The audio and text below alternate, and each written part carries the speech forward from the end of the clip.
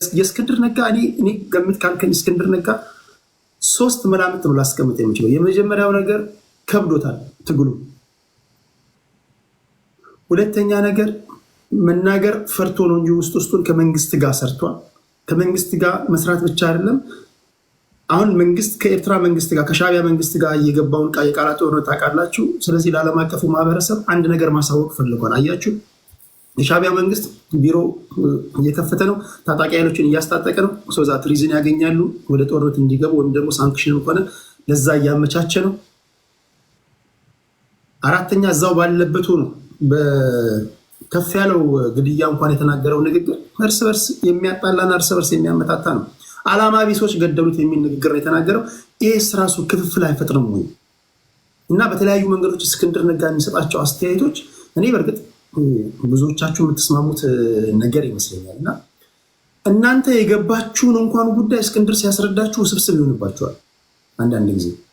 እና እስክንድር አሁን ያለበት ነባራዊ ሁኔታ ከዛሬ ኢንተርቪው ዛሬ እንደወጣ ታሳቢ አድርጉና ያለበትን ነባራዊ ሁኔታ ምን ይነግራቸዋል? ከነገርኳችሁ ውጭ ይነግራቸዋል ወይስ የተለየ ነው? እሱ ነው እያወራን ያለ ነው። ይሄን ይቀጥላል። በተቻለ መጠን ነገም እንደዚሁ ገብቼ ለማስቀጠል እሞክራለሁ። ቴንኪዩ አሌክስ ስለመጣና ስለ ጨዋነት። ወደ ሳይበር ፋም ሄዳለሁ። 5 ደቂቃ አለ። ቴንኪዩ ቴዲ። መጀመሪያ ያነሳሁት ሀሳብ ላይ አንድ ወንድም የተቃውሟል። የኢትዮጵያ መጠንከር ለሻዕቢያ ስጋት ነው ብላል። የፍጹም ስህተት ነው ብሎኛል ወንድም። የሻዕቢያን አመጣጥ ላየ አይደለም የኢትዮጵያ መጠናከር ቀርቶ የአማራ መጠናከር ሊያሰጋው ይችላል ሻዕቢያን። እኔ በነገራችን ላይ ግልጹን ንገረኝ ካላችሁ አማራ እንዲያሸንፍም ሻዕቢያ ፍላጎት አለው ብዬ አላምንም። በግልጽ ብዙዎች እንትን ሊላቸው ይችላል፣ ሊቆረቆራቸው ይችላል። ግን ይሄ ነው ፋክቱ። የፋኖን ትግል በምን አይነት መልኩ ትገምቱታላ? ምንድነው ታዩታላችሁ ብለህ ትረዱታላችሁ ብለህ ቅድም ጠይቃ ነበረ። ፋኖ ትግል አሁን ላይ ከበፊቱ በተሻለ ሁኔታ ተጠናክሮ ብዙ ሰራዊት አባላትን እያሰለጠኑ ነው ያሉት። ትግሉም አሁን ላይ በውስጥ ለውስጥ ያሉ ሽኩቻዎች የሚጠሩበት ሰዓት ደርሷል ብዬ ነው የማምነው። እኔ በግሌ አሁን ላይ ነገሮች እየተስተካከሉ እየተሰበሰቡ የሚመጡበት ሰዓት ነው ያለው። ብዙ ነገሮች የሚስተካከሉበት ተጠናክሮ የሚወጣበት ትግሉም ጊዜ ነው ብዬ አምናለሁ። በግሌ በዚህ መልኩ ነው ትግሉን የማየው። ብአዴንና ሚኒሻ ምናምን በተመለከተ በነገራችን ላይ እኔ አማራ የብአዴን ወንድም አለው ብዬ አላምንም። ወንድም ለወንድም ተገዳደለ ከሆነ ብአዴን ሆኖ ወንድም አለን ብዬ አላምንም። በግሌ ላለፉት 30 ዓመታት አማራን ሲጨርስ ከጠላቶቻችን ጋር ተባብሮ ከክልል ውጭ እንኳን እኛ ያለነውን አማራዎች ከክልል ውጭ ያለ አማራ ወራሪ ነው ጨፍጭፉት ብሎ በግልጽ ያወጀ ብአዴን ለእኔ ወንድሜ ሊሆን አይችልምና በእነኚህ ሰዎች ሞት የማዝንበት ምንም አይነት ምክንያት የለም። አድማ ብተናና ሚሊሻ ምናምን በተመለከተ አንደኛ ከፋኖ ጋር ቆመው የሚዋጉበት አቅሙም የላቸው፣ መኖራቸውም ደግሞ አንደኛ መከላከያዎችም ይናገሩታል። ግልገል ፋኖ እየተባሉ ነው የሚጠሩት። የአድማ ብተናና የሚሊሻ መኖር ለፋኖች በብዙ ጠቅማቸዋል። የመከላከያ እያንዳንዱን እንቅስቃሴ ፋኖች ያውቃሉ። ፋኖች እያንዳንዷ መከላከያ የሚያደርጋትን ነገር ሁሉን ነገር ፋኖች ኢንፎርሜሽኑ አላቸው። ስለዚህ ከጉዳታቸው ይልቅ ጥቅማቸው ነው እንደውም ለፋኖ የሚያዘነብለው። ቢሮ ብሎ ተናግሯል እስክንድር ነጋ ለሚለው እኔ ከ30 ጊዜ በላይ ሳይሆን አይቀርም ቢሮ ሲል የነበረው እስክንድር ነጋ። እኔ አይ ቲንክ የሚመስለኝ ትግሉን ከውጭ ሆኖ መምራት ይፈልጋል። ምክንያቱም ስጋት አለ፣ ታርጌት ሆናለሁ ብሎ ሊያስብ ይችላል እስክንድር ነጋ። ድርጅት ውስጥ ያሉ ነገሮች ስላሉ እስክንድር ሜይ ቢ ትግሉን ከውጭ ሆኖ መምራት ይፈልጋል። ስለዚህ ለዛም ሊሆን ይችላል ቢሮ ሪኩዌስት ሲያደርግ የነበረው። እንደውም ከሁሉም ነገር ከጥይቱም በላይ ቢሮ ነበር ሲጠይቅ የነበረው እስክንድር ነጋና አይ ቲንክ ያ ሊሆን ይችላል። ምክንያቱ አላያንስን በተመለከተ ሲነሳ ነበር። እኔ አላያንስን ኢኮኖሚካሊ ጠንካራ ከሆኑ ሀገራት ጋር ቢሆን በጣም ደስተኛ ነኝ። ግዴታ ከጎረቤት ሀገራት ጋር መሆን የለበትም። ዌስተርን ሀገሮች አሉ፣ ከእነሱ ጋር አቅሙ ያለው ሰው። አሁን ችግር የሚሆነው ምንድን ነው? እንደ እስክንድር አይነት አቅም የሌላቸውን ሰዎች ወደፊት አምጥተን እኔ በጣም መኝለት ነበር እንደውም የዲፕሎማሲ ሪሌሽንሽፕ ላይ ምናምን ቢሰራ ይሄ ሰውዬ አቅሙ አለው ብዬ አስብ ነበር። ነገር ግን ዛሬ ያየሁት ነገር በፍጹም እንደውም ማቅረብም ጭምር የለብንም ይህን ሰውዬ ወደዚህ ቦታ። ምክንያቱም ብዙ ጠላት ነው የምናፈራውና አቅሙ ያላቸው በጣም ብዙ አቅሙ ያላቸው ወንድሞች አሉን። በጣም ብዙ ጀግና ልጆች አሉ። እኔ ስም መጥራት ካስፈለገም በጣም ብዙ ከአስረስ ማረ ጋር የተለየ የፖለቲካ እይታ ሊኖረኝ ይችላል። ግን አስረስ ማረ በጣም ጎበዝ ነው። ጌታ አስራደ፣ እያሱ፣ ማንችሎት ምናምን በጣም ብዙ ስሞችን ልንጠራ እንችላለን። እነኚህ ልጆች መውጣት መቻል አለባቸው ግዴታ። ሁለት ሰው ካልነገሰ ሁለት ሰው ካልነገሰ የአማራ ትግል ገደል ይግባ ማለት የለብንም። አለቀ። በጣም ብዙ ጀግና ልጆች አሉ። እነ ተስፋ ማርያም በጣም ብዙ አቅም ያላቸው መረዳት የሚችሉ አሁን ያለውን ፖለቲካ የቀጠናውን ፖለቲካ በአግባቡ መረዳት የሚችሉ እሳት የሆኑ ልጆች አሉ። እነኝህን ሰዎች ወደፊት ማምጣት አለብን እንጂ የአማራ ትግል እንዲበየም በመሳቂያ እየሰቡ መዝናኛ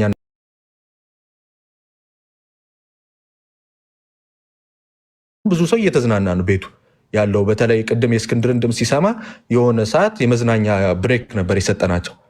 ትግሉን የሚረዳ ሰው ወደፊት መምጣት መቻል አለበት። የአማራ ትግል መቀለጃ ሆኖ መቅረት የለበትም። አማራም የገባበት ፈተና እንደዚህ በቀላሉ በተለይ ፖለቲካ ምንም መረዳት በማይችሉ ሰዎች የሚወጣበት እንትን ውስጥ አይደለም ያለው፣ ጨለማ ውስጥ ጉድጓድ ውስጥ አይደለም ያለው አማራ። ፖለቲካውን በደንብ መረዳት የሚችሉ ሰዎች ያስፈልጉናል። ጠላታችንም ቀላል ጠላት አይደለም ያለን።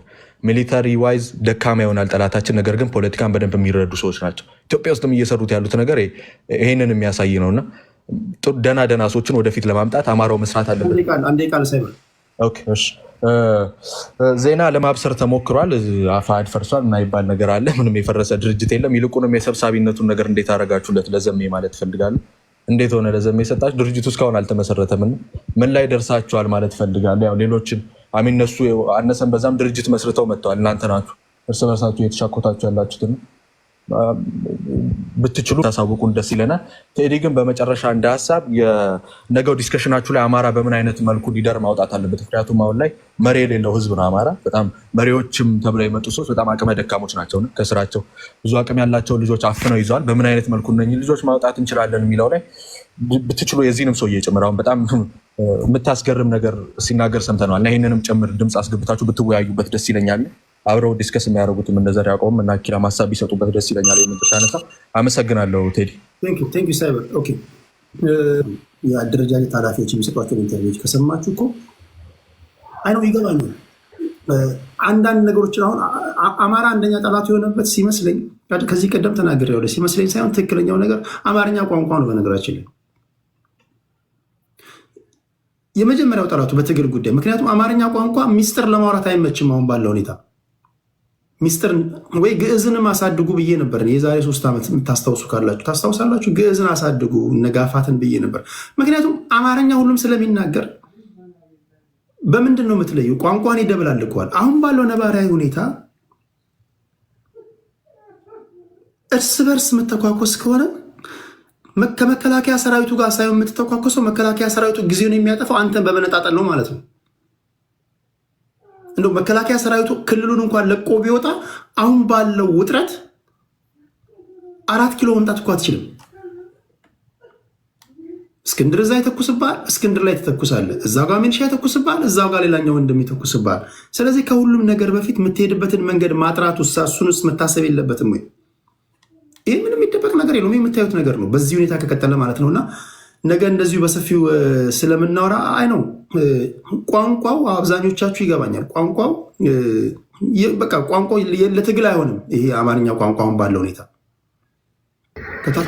አያምን መልሰው ቴዲ የቅድሙ ልጅ እሺ ማኑ አያም ኦኬ። እሱን ነገ በሰፊው ተዘጋጅታችሁ እነዚህ ነገሮች እነካካለን፣ እናወራለን።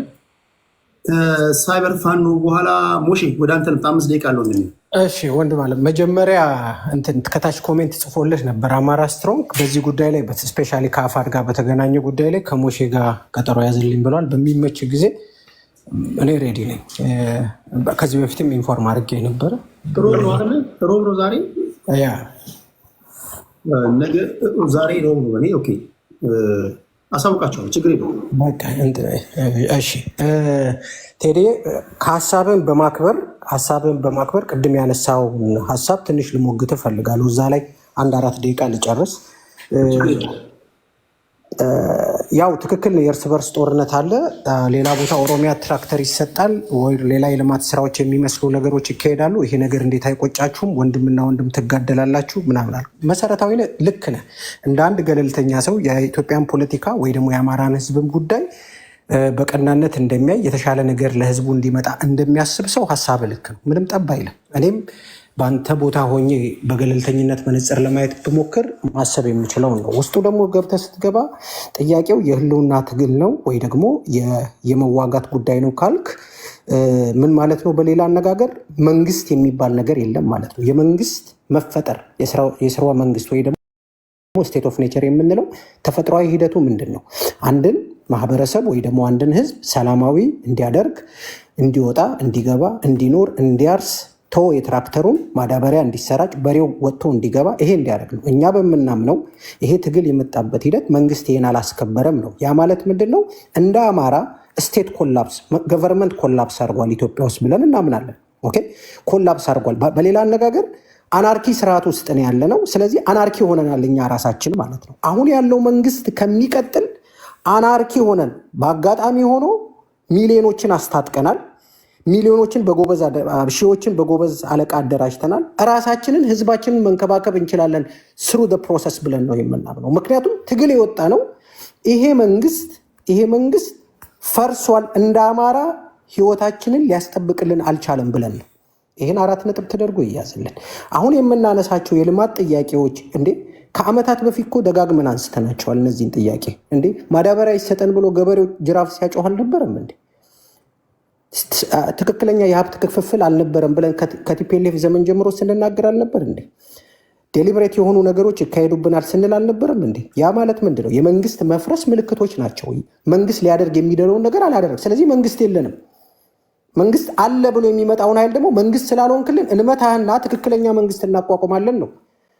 ኦኬ ሚኒሻው ባንዳው ወር ደግሞ ሌላው አሁን ከራሳችን ጋር የሚዋጋው ይሄ ተፈጥሯዊ ነው። ለምሳሌ ቴዲ አንድ ምሳሌ ልንገርህ። የትግራይ ጦርነት እንደጀመረ የትግራይ ጦርነት ምልህ በደርግና በትግራይ መካከል የነበረው ነው። ዘንዶ የሚባል ክፍለ ጦር ከትግራይ ገበሬ ብቻ ደርግ አቋቁሞ ነበር። ዘንዶ የሚባል የገበሬ ጦር ትግራዮች ብቻ የሆኑበት ማለት ነው። ጦርነቱን በዚህ ሊያደርግ ለበርካታ ጊዜ ሞክሮታል። ለበርካታ ጊዜ ብዙ ገበሬዎች በዚህ ጦርነት ውስጥ ሞተዋል።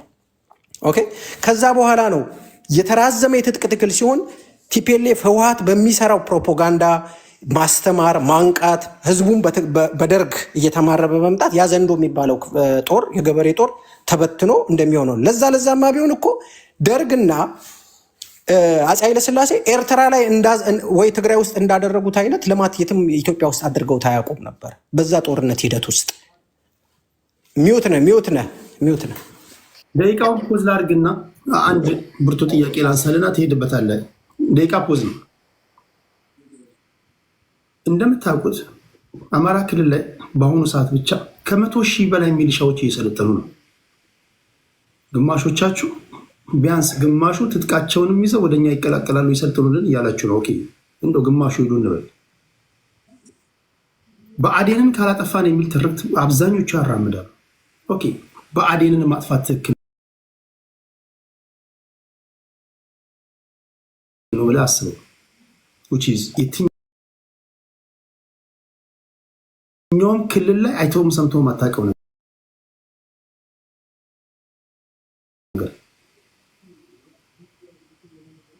የራስህን ልጆች ልሂቃኖቻችንን እንጨርሳለን እንደ ትልቅ የትግል አጀንዳ ነው የምታወሩት በኩራት ማለት ነው።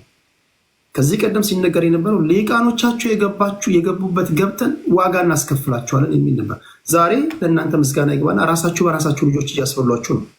ኦኬ እነዚህ ሚኒሻዎች አማራዎች ናቸው። ብአዴኖች አሉ፣ ደጋፊዎቻቸው አሉ፣ ቤተሰቦቻቸው አሉ። እነዚህን ሁሉ ገለህ 4 ኪሎ ስትገባ ማንን ነው ነፃ የምታወጣው? ከዛ ይልቅ የተለየ ዓላማ እንዳለ ሆኖ የተለየ መንገድ ማሰቡ። አንዳንድ ልጆች ሲናገሩ ሰማለሁ የሆነ ቤት ከፍተው እስካሁን የመጣንበት መንገድ እንዳለ ሆኖ አሁን ዓላማችንን ሳይሆን መንገዳችንን መቀየር አለብን ይላሉ። ዓላማ እኮ ትክክል ነው። ዓላማ ምንድን ነው? አዳይነው ዘዴ ስልጣን ነው። ስልጣን ሲኖር ነው ከገባበት ችግር የምትወጣው። ትክክል ነህ። ጄኖሳይዱን የምታስቆመው የሐሰት ትርክቱንም የተወሰደብህንም ግዛት የምታስመልሰው መጀመሪያ ልታደርግ ሁሉ ነገር ማድረግ የምትችልበት ኤግዚኪቲቭ ቦዲ ልታዝ የምትችልበትን ስልጣን ሲኖርህ ነው። ጥያቄ የለውም። ስልጣን ግን ለመያዝ የተለያየ መንገድ መቀየር የለብህም ወይ? አሁን ቢያስከው መንገድ አንድህም እኮ ለዘር አተርፍም እኮ። እርስ በርስ እያለክ ባለበት ሁኔታ ላይ እንዴት ነው የአማራ ህዝብ ሊተርፍ የሚችለው? ማንንስ ነው ነፃ የምታወጣው ነው ጥያቄ። ይሄ እንዴት ነው የምትመልሰው? ሞሼ ዳይ ወደ አንተ ልምጣ። ታንኪዩ። እሺ ብራዘር በደንብ ስሙኝ፣ የምትሰሙኝም ልጁ ይሄ ትጥቅ ትግል 2 ዓመቱ ነው። ኦኬ አሁን በነገርኩ ቅድም እያነሳውን ባለው ምሳሌ የቲፒኤልኤፍ ትግል ወይ ደግሞ የትህነግ ትግል 17 ዓመት በረሃ አርጓል። የሻዕቢያ 30 ዓመት በረሃ አርጓል። ሻዕቢያ ኤርትራውያንን በኤርትራውያን ሊወጋ ሞክሯል። ኦኬ ማነው ደርግ በተመሳሳዩ የትግሬን ህዝብ በትግራይ ልጆች ሊወጋ ሞክሯል። ይሄም በተመሳሳይ ነው እያደረገ ያለው። እኛ በምናምንበት እኔ በማምንበት በግሌ የአማራ ህዝብ ለገባበት ችግር አንዱ ብአዴናዊ አስተሳሰብ ነው ብዬ አምናለሁ። ብአዴናዊ አስተሳሰብ በምድር እስካለ ድረስ በምድር ምልህ ሀሳቡን ነው ምልህ ሰዎቹን አይደለም። አንድ ሰው ዛሬ ብአዴን ሊሆን ይችላል፣ ነገ ተጠምቆ ተስተካክሎ በአማራ ትግል ኮዝ አንጻር ከአማራ ህዝብ ጥቅምና ፍላጎት አንጻር መስመር ሊይዝ ይችላል። ከእሱ ጋር ምንም ግንኙነት የለህም። ስለዚህ አሁን ያለውን ክልሉ ላይ የሚገኘውን የምታየውን መበጣበጥ የሚመስል ነገር ተጠቅሞ መንግስት ክልሉን ሊያተራምስ ይችላል። ኦፍኮርስ ሰው በነገር ላይ ይህ የምታየው የሚሊሻና የአድማ ብተና ስልጠና ብዛት መንግስት በአንድ በኩል ጦርነቱን በራሱ አቅም ብቻ ማድረግ እንዳልቻለ አንዱ ማሳያ ነው። በደንብ አድርገው ይሄን ያዘው። ምክንያቱም ይሄ ከመሆኑ በፊት ላለፉት 1 ዓመት ከግማሽ ለሚሆን ጊዜ ሞክሮ የነበረው ከባህር ኃይል እስከ አየር ኃይል የራሱን ጦር ነበር ክልሉ ላይ ያስገባው። ምንም የመጣ ነገር የለም። ስለዚህ የሀገሩን ሰርዶ በሀገሩ በሬ በሚለው ብሂል ነው አሁን እየሞከረ ያለው። በዚህ ጉድ መስራት ይጠይቃል። ምንድነው ሊሰራ በዚህ በኩል እኔ በምደግፈው ኃይል በኩል መስራት የሚጠበቀው ብዬ የሚለው ምንድን ነው? ይሄ ኃይል ታጥቆ የሚወጣው ኃይል የራሱን ህዝብ በተሳሳተ ኮዝ እንዳይወጋ ማስተማር፣ ኢንፎርሜሽን እንዲደርሰው ማድረግ ያስፈልጋል። የወረዳ አመራሮች፣ የዞን አመራሮች፣ የቀበሌ አመራሮች በብአዴን ስር ያሉ የአማራ ብልጽግና ያሉት አሰላለፋቸውን ከህዝብ ጥቅምና ፍላጎት አንጻር መቃኘት እንዳለባቸው ተደጋጋሚ ማስተማር፣ ኮዙን ማስረዳት፣ ከነበሩበት ሰንሰለት መፍታት ይጠይቃል። መግደል መሰረታዊ መውጫ መንገድ ነው ብዬ አላምንም። ግን ይሄም መስመር አለቅም። እንግዲህ ብአዴንነት ቲፒኤልኤፍነት ነው ብለን እናምናለን። ምክንያቱም በረከት ስምኦን ነበረ ሲጨቁነን የነበረው። ኦኬ ብልጽግና ኦሮሞ ብልጽግናነት ነው ብለን ነው የምናምነው። ሽመልስ አብዲሳን ሳይሸርፉ ሳይቀንሱ የሚያውሉት ባህር ዳር የተቀመጡ፣ ጎንደር የተቀመጡ፣ ደሴ የተቀመጡ ሰዎች ናቸው። አሰላለፋቸውን ካላስተካከሉ ትጥቅ ትግል ውስጥ ነው ያለው። ምናልባት ሌላ አደጋ ሊደርስ ይችላል። ይሄ እንዲሆን አንፈልግም። ምንድን ነው እንዲሆን የሚያስፈልገው? አብዮት ውስጥ አብዮት ላይ እኮ አትመርጥም። እንግዲህ ሌኒን እንደሚለው አብዮት ምንም የምትመርጠው ነገር የለም። ስለዚህ ማድረግ ያለብን ነገር ምንድን ነው? ይሄን ነገር ማንቃት፣ ህዝቡ ይሄን ነገር እንዲረዳ፣ በተለይ በተሳሳተ ጎራ ያለው ከታጠቁ ኃይሎች ከፋኖ ተቃራኒ የሆኑ ኃይሎች ጀምሮ የተሳሳተ ጎራ የያዙ ኃይሎች አሰላለፋቸውን ከህዝብ ጥቅም ጎን ያደርጉ። ይሄ ነው ብቸኛው መፍትሄ። ከዚህ ውጭ ግን በዚህኛው ጎራ አብዮት ውስጥ ያለ ህዝብ አብዮት ውስጥ ያለ ብረት ያነሳ ህዝብ ሌላ መልስ ሊሰጥ አይችልም። ይሄ ዓለም አቀፍ ተሞክሮ የሚነግረን ይሄ ነው። እዚሁ እኛ ሀገር እንኳን ብትጠቀም የሻዕቢያን የቲፒኤልኤፍ የኦነግ የትጥቅ ትግል በዚህ ሂደት ውስጥ ነው የመጣው። ምንም ልዩ ነገር የሚሆነንም ለዛው በሁለት ዓመት ይሄ ሁሉ ጩኸት የሚበዛበት ለምን እንደሆነም አልገባኝም። በሁለት ዓመት ውስጥ ራሱን አጥርቶ አደራጅቶ ከሌሎች ተቀናቃኝ ብሔርተኞች አንጻር ደግሞ ራሱን እየመከተ ከዛ ውስጥ ከውስጡ ከሚወጡት የፖለቲካ የተለያየ አስተሳሰብ ካላቸው ኃይሎች ጋር እየተጋጨ መስመር የያዘ አደረጃጀት እንደ አማራ ፋኖ በዓለም ታሪክም የለም። ቴዲዬ ቴንኪው። ከአማራ ስትሮንግ ጋር ግን ቀን ያዝ ጻፍልኝ። እሺ በውስጥ ጻፍልኝ፣ ችግር የለውም። ቴንኪው ሞሼ። መሐመድ ወደ አንተ ልምጣ። በመጀመሪያ ደረጃ እኔ ስሜን መከላከል ስላለብኝ ስሜን ጠርቶ የብልጽግና አካል እንደሆንኩ የተናገረ ሰው አለ። ኪንግ ዙ ኖ አማራ ዛሬ ነው ያለው። እኔ ብልጽግና ፓርቲን ከመጣበት ጊዜ ጀምሮ እስከ ዛሬ ድረስ እቃወም የኖርኩ ሰው ነኝ። ከዛ በመቀጠል ግን ብልጽግናን አይደለም መቃወም ቂጥሎ በመደገፍ ላይ የነበረ ኃይል ዛሬ መጥቶ እኔ የብልጽግና አካል ነህ ጭንብልህን ግለጥ ሊለኝ አይችልም። ሞራልም የለውም። ከድርድር በኋላ በብልጽግና ያኮረፈ ኃይል ማለት ነው። ይሄንን እዘጋዋለሁ። ታሪክ ስላለኝ፣ ቪዲዮ ስላለኝ፣ ህይወት ስላለኝ፣ በዛ ህይወት ስላለፍኩበት። በመቀጠል አገሬን ልከላከል ብዬ ስለ 5G ሳወራ 5G ያሌላቸው ሰዎች ስለ እኔ ሀገር ማውራት የላቸውም ነው ያልኩት እንጂ አገሬ ላይ በደል የለም አላልኩም። አገሬ ላይ ጭቆና የለም አላልኩም። አገሬ ላይ ስቃይ የለም አላልኩም። ለአማራ ህዝብ አልተቆረቆርክም፣ አልተናገርክም፣ ስለ 5G ታወራለህ ነው የተባልኩት። ተናጋሪው ራሱ አልጠራም። ሲቀጥል ደግሞ ዛሬ የአማራ ህዝብ የህልውና አደጋ ስለገጠመው ነው የተነሳው የሚባል ነገር አለ። በህልውና አደጋ ምክንያት የተነሳ አንድም የፖለቲካ ኃይል የለም፣ ትጥቅ ያነሳ ኃይል የለም። በቅናት በምቀኝነት የተነሳ ኃይል ካልሆነ በስተቀር እንደ ሞኝ ደግሞ አለው በድርድሩ ያኮረፈ ኃይል ካልሆነ በስተቀር ዘመነ ከአብይ ሲሰራ የነበረ እስክንድር ከእስር ከወጣ በኋላ ጦርነቱ ይደገምልኝ ብሎ መግለጫ ያወጣ ወለጋ ድረስ አብረን እንዘምታለን ካሰረው ኃይል ጋር አብረን እንዘምታለን ብሎ በአደባባይ መግለጫ ያወጣ ምሬ ወዳጆ ጫካ የገባው አብይን ለማገዝ ይህ ሁሉ የተበጣበጠውና የተፈረካከሰው የአማራ ህዝብ የሁሉና አደጋ ገጥሞታል ብሎ ሳይሆን ለምን ከትግራይ ጋር ድርድር ተደረገ በሚል ነው። አለቀ ደቀቀ። ያኔ አመለካከት ነው። እንደ ሞኝ ደጋግሜ እናገረዋለሁ። እውነት ስለሆነ ያየሁት ስለሆነ እቺ ትላንት ያለፍኳት ጉዳይ ስለሆነች በትግራይ ጦርነት ጊዜ ላይ ተስማምተው ሲሰሩ የነበሩ ኃይሎች ናቸው ዛሬ ያዙኝ ልቀቁኝ አማራ ህዝብ ላይ አሳበው የህሉና አደጋ ገጥሞታል ምናምን ብለው የሚቀበጣጥሩብን። ቴዲ ይሄ ነው እውነቱ። እውነት ደግሞ የአማራ ህዝብ የህልውና አደጋ ከገጠመው እነዚህ ለአማራ ህዝብ ለህልውና አደጋ ከዛ አደጋ ለማውጣት እንጥራለን የሚሉ ኃይሎች መጀመሪያ ያንን ህዝብ ከአደጋው ለመታደግ አንድ መሆን አለባቸው። ይሄ እንደ ጠላት የሚቆጠሩኝ እንደ ወዳጅ እስቲ አንድ ይሁኑና አብይን ያሸንፉት። አንድ ሳይሆኑ ደግሞ የትም ሊደርሱ እንደማይችሉ አላውቅም። ሲጀመር ደግሞ በህዋት ጊዜ ክፍፍል ነበረ፣ በኤርትራ ጊዜ ክፍፍል ነበረ። እርስ በርስ ያዋጓቸው ነበረ ምናምን እያልክ የራስን ድክመት ለመሸፈን የሌሎችን ድክመት ማንሳት የለብም። ከሌሎች ተሽለህ መገኘት ነው ያለብን። እርስ በርስ መዋጋቱን ትተህ መርዘኛ ምላሶችን በሌሎች ብሔሮች ላይ መጥፋትህን ትተህ ስርዓትን መሰረት አድርገህ መዋጋት ጀምር ነው። ሁለተኛ ደግሞ እንደ አማራ ተደራጅተህ ኢትዮጵያውያንን ነፃ ላወጣ ነው ብለህ አትናገር። እንደ አማራ ተደራጅተህ አይደለም ኢትዮጵያውያንን ነፃ የምታወጣው። ከሌሎች ጋር አሊያንስ ፈጥረህ ነው ኢትዮጵያ የአማራን ህዝብ ህልውና ለመታደግ ከሆነ ስለ አማራ ህዝብ ብቻ ነው ማውራት አለብህ። ስለ ኢትዮጵያውያን ለማውራት ከሌሎች ኢህአዴግ እንኳን ህዋት እንኳን ስትመጣ ወደ 4 ኪሎ ስትገባ ራሷን ፍብርካ ይሁን ምንም አድርጋ ይሁን ብአዴን የሚባል ደህዴን የሚባል ኦህዴድ የሚባል መስርታ ነው የመጣችው። ቢያንስ እንደዚህ አይነት የብልጥና የሞኝ ጫወታም ተጫውተህና አማራ ብለህ ተደራጅተህ ሌሎችን እየሰደብክ ግን ኦኬ ቴንክ ዩ። እሺ አማራ ዛሬ እኔ ቅድም ስም አልጠቀስኩም፣ ስሜ ተጠቅሷል። ስለዚህ በቤቱ ህግ መሰረት 2 ደቂቃ ይጨመርልኝ። ቀርቷል። ስም በአዲሱ ህግ ስም እየተጠራራን ነው የምናወራው ተባብለናል እና 2 ደቂቃ የለም። ችግር የለም። ብትጠሩም ባትሩም ጥሩ። እንግዲህ ያው ከመጨረሻው ተናጋሪ አንዳንዶቻችን ያው ለአቅመ ፖለቲካ ስላልደረስን ብዙ ነገር ላይ መልስ መስጠት አልፈልግም። መሰረታዊና ህዝብ ላይ በሚጠቅሙ ሀሳቦች ነው። አንድ ግን በጣም እንደ አባቱ ባንዳ ሚል የአማራን ክብር የሚነካ ንግግር ስለተደረገ አባቱን የሚያውቅ የሰው አባት ይሳደባል ይባላልና አይ ቲንክ አማሮች አባቶቻችን እናውቃለን። ሙጃ ህዝብ አይደለም አማራ። ታሪኩ ፍንቱ ብሎ የሚታወቅ ህዝብ ስለሆነ በባንዳነት የሚጠቀስ ህዝብ አይደለም።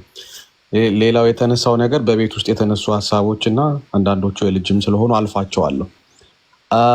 ቅድም አብይ አህመድ ነው ፋኖን የሚደግፍ ብሎ የተናገረ አንድ ወንድም ያለ በምን ጊዜ የደነቆረ ያን የደነቆረበትን እንትን ነው ስም ነው አሉ የሚያስታውሰው ይባላልና አብይ አህመድን ውስብስብ አድርገህና ግዙፍ በጣም የሴራ በጣም እንደዚህ አይነት ማስተር ማይንድ አድርገህ የምታመጣው አገራረፉ ነው። አብይ አህመድ አንተን ገርፎሃልና ፋኖን ገብቶ ያወካል ወይም የፋኖን ማኒፑሌት ወይም አማራ ማኒፑሌት ማድረግ ይችላል ብሎ ማሰብ የደነቆርንበትን ጊዜ ቼክ ብናደርገው ሂደን ጥሩ ነው ብዬ አምናለሁኝ። አማራው ውስጥ ከአብይ አህመድ ጋር ሲሰራ የተያዘው እንግዲህ እስክንድር ነጋና ቲሙ ነው። እሱ ላይ ፎከስ እናደርግ። ሌላ አንድ ሲነሳ የሰማሁት እስክንድር ነጋን ለብቻ ተጠያቂ አድርገው ጌታ አስራደን ለማትረፍ የሚጋጋጥ ቡድን አለ፣ የታወቀ ቡድን። እሱ ቡድን ዛሬ እስክንድርን ለብቻ ተጠያቂ ሊያደርግ ሲሞክር እያየ ነው። ወይም ሌሎችን አትርፎ እስክንድርን ብቻ ለማስበላት የሚሞክር ቡድን አለ። እሱም የመርህ ሰው ከሆንን እስክንድር የሚከሰስበት ጎዶሎ አማራነት ስላለው ሳይሆን ፕራክቲካሊ ይሄ ሰውዬ እና ድርጅቱ የወሰደው አቋም የአማራን ህዝብ ትግል የካደ ነው። የአማራን ህዝብ የህልውና አደጋ የሚያባብስ ነው፣ አደጋ ውስጥ ጥለዋል በሚል ነው እንጂ ምን ወቅሳቸው አማራነት አንሰው አይደለም። ስለዚህ እንዲህ አይነት የሰፈርና የጎጥ ፖለቲካ የትም አያደርስም። ሌላው በጣም እዚህ ቤት ተደጋግሞ ሲነገር የነበረው እርስ በርስ እየተዋጋችሁ ነው። ፋኖ እርስ በርስ እየተዋጋ አይደለም። እርስ በርስ እየተዋጋን አይደለም። ትግሉ በዛ ልክ እንዲሳል የሚደረገው ለምን እንደሆነ አልገባኝም። እርስ በርሱ ተዋግቶ የመጣው ህወሓት ነው። 250 ወንድሞቹን አንቆ በተኙበት የገደለ ባህረ ቱምሳን የገደለ የኦነግ እርስ በርሱ በፋክሽን ሲገዳደል የነበረው የኦነግ ትግል ነው። ጀባሃን በልቶ የመጣው የሻዕቢያ ትግል ነው። የአማራ ህዝብ ትግል እንዲህ አይነት ቅርጾች አላሳይም በፍጹም። ከብአዴን ጋር የምናደርገውን ትግል እርስ በርስ ነው ብለን አንወስደውም። ብአዴን ነው፣ ጠላት ብለን ለይተን ይወጣል። መስመር ያሰመረ ትግል ነውና እርስ በርስ ነው የተዋጋው የሚለው እንትን ገዥ አይደለም። ሌላው ገበሬው ተቸግሯል፣ መብላት መጠጣት አልቻለም ምናምን ይላል። አይኖ እንዳስተዳደጋችን እንደ ማህበረሰብ ፖዝ ላድርግና አንድ ጥያቄ ልጠይቅ። ምናልባት ይሄ ጥያቄ በተወሰነ መንገድ አብዛኞቹን ፈገግ ሊያደርጋችሁ ይችላል፣ ግን ውስጠ ወይራ ነው። በፈገግታ ብቻ አትለፉት። አማራ ዛሬ እስኪመልስልኝ ለምን እንደሆነ አላውቅም። የአማራ ፖለቲካ ውስጥ የቱንም ያህል ሰማይ ከፍ ዝቅ የሚያደርግ ትንታኔ ብትሰጡ ቆንጆ ካልሆናችሁ አድማጭ አታገኙ። ልብ ብላችኋል። ምን ለማለት ፈልጌ ነው? እስክንድርና አብዛኞቻችሁ የገፋችሁት ምናልባት አይነገብ ስላልሆነ ነው። ከዚህ ቀደም በአረጋ ከበደን ሹመት እናስታውሳለን። ቴዲ፣ እኔ ግለሰቡን በተክለሰውነቱና በእንትኑ ማሸማቀቅ አልፈልግም። በአንድ ወቅት ለአማራው የነበረውን ሚና አከብራለሁ፣ ለኢትዮጵያ ሕዝብም የነበረውን ሚና አከብራለሁ እና እስክንድርን በዛ ልክ ፖለቲካ በመርህ ነው የምደግፈው እና በዛ ብናየው ጥሩ ነው።